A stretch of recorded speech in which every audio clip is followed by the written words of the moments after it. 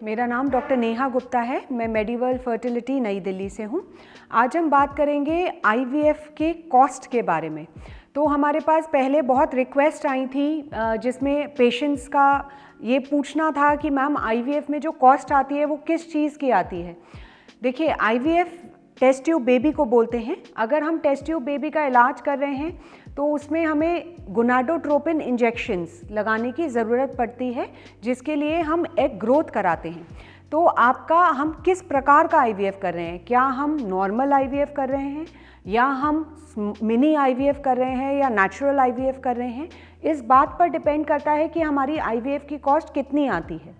अगर हम conventional IVF या नॉर्मल आईवीएफ कर रहे हैं जिसमें हमें 10-12 दिन के इंजेक्शन्स लगाने पड़ते हैं, तो आईवीएफ का मेजर कॉस्ट इंजेक्शन्स का आता है। इंजेक्शन्स भी कई प्रकार के होते हैं। अगर हम genetically engineered recombinant injections use करते हैं तो उसका कॉस्ट थोड़ा ज़्यादा आता है। अगर हम यही इंजेक्शन्स यूरिनरी यूज़ करते हैं तो इनका कॉस्ट थोड़ा कम आता है। तो आप किस प्रकार के इंजेक्शन यूज़ कर रहे हैं, इस पर निर्भर करता है कि आपके आईवीएफ की साइकिल कितनी महंगी या कितनी सस्ती होगी। अगर हम नेचुरल या मिनी आईवीएफ कर रहे हैं तो उसमें हमें ज़्यादा इंजेक्शन्स का ज़रूरत नहीं होता, इसलिए उसमें आईवीएफ का कॉस्ट कम रहता है। दूसरा कॉस्ट आईवीएफ में आईवीएफ लैब का आता है।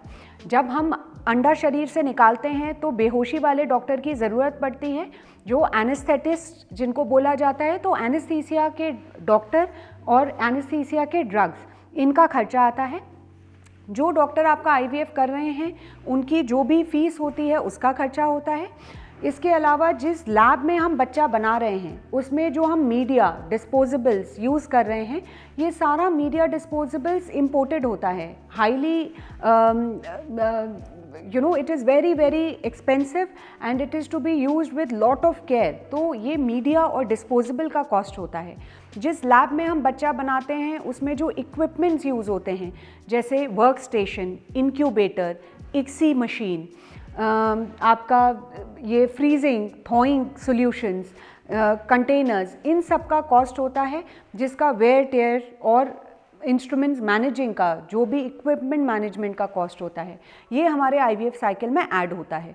तो अगर हम मोटा मोटा समझें तो आई फील आईवीएफ का खर्चा हम आईवीएफ इंजेक्शंस, बेहोशी और आईवीएफ लैब, एम्ब्रियोलॉजिस्ट और आईवीएफ स्पेशलिस्ट, जो आपका ये टीम है, जो आपका ये आईवीएफ ट्रीटमेंट कर रही है, इसका जो कॉस्ट है वो इन पार्ट्स में डिवाइडेड होता है।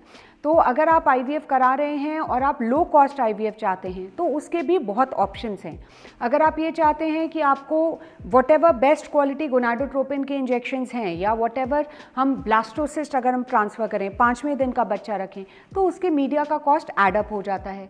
इसी तरीके से अगर हम कोई लेज़र हैचिंग करते हैं या कोई पीजीटीए के लिए एम्ब्रियो बायोप्सी करते हैं तो उसका कॉस्ट हमारी साइकिल में आईवीएफ में ऐड होता जाता है। तो ये सारे कॉस्ट डिपेंड करता है कि हम what form of IVF are we doing. Accordingly, the doctor can tell you exactly how much you need to spend for your IVF treatment. So whatever is there in your mind, जो भी आपका दिमाग में है, जो questions हैं, अगर आपको ऐसा लगता है कि हमें IVF की ज़रूरत है लेकिन हम बहुत ज़्यादा खर्चा कर नहीं कराना चाहते हैं, आप अपने डॉक्टर से बात करें, वो आपका लो कॉस्ट IVF करने में मदद करेंगे। और अगर हम हाईली एडवांस टेक्निक जैसे पीजीटीए कराकर, हम एम्ब्रियो बायोप्सी कर जेनेटिक टेस्टिंग कराकर बच्चे का फिर ट्रांसफ़र लेना चाहते हैं तो हमारा आईवीएफ का सक्सेस रेट थोड़ा बेटर हो जाता है, 10 से 15%, 20% तक बढ़ सकता है। तो अगर हम ये चाहते हैं कि हमारा आईवीएफ कम अटेम्प्ट में सक्सेसफुल हो और हम हाईली एडवांस टेक्नोलॉजी यूज़ करें तो आप आईवीएफ विद क्रोमोसोमल स्क्रीनिंग कराकर आप आगे बढ़ सकते हैं। आई होप इस वीडियो से आपके डाउट क्लियर हों कि हर जगह का आईवीएफ ट्रीटमेंट का कॉस्ट अलग क्यों होता है और क्यों इसमें खर्चे में फ़र्क आता है। So if there are any questions, आप हमसे कुछ पूछना चाहते हैं, आप हमें ज़रूर आकर मिल सकते हैं। Thank you so much.